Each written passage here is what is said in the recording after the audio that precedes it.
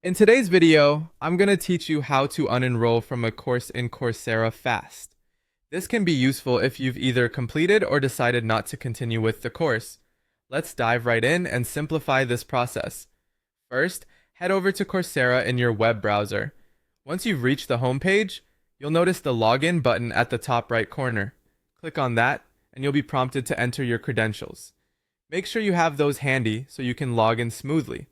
Once you're logged in, you'll want to head over to the My Courses section. To do this, simply click on your profile picture located in the top right corner of the screen. A drop-down menu will appear, and you'll see My Courses listed there.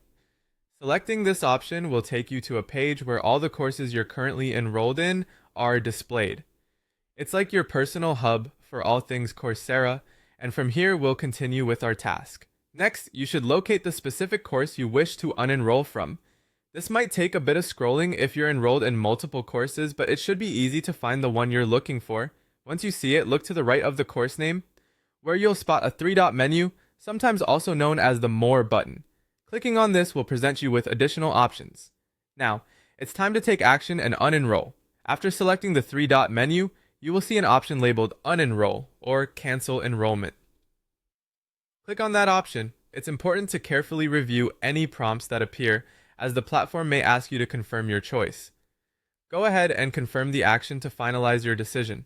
Just a quick note, if the course was paid, remember there might be a refund period. If you're within this window, unenrolling could potentially allow you to receive a refund, which is definitely worth considering. Finally, to be completely sure that the process is complete, return to your My Courses dashboard. The course you unenrolled from should no longer be listed among your active courses. This final check confirms that the unenrollment was successful and you're all set. It's as easy as that. Thanks for watching, and I hope you found this tutorial helpful. If you did, feel free to leave a comment or subscribe for more useful guides. Until next time, take care and happy learning.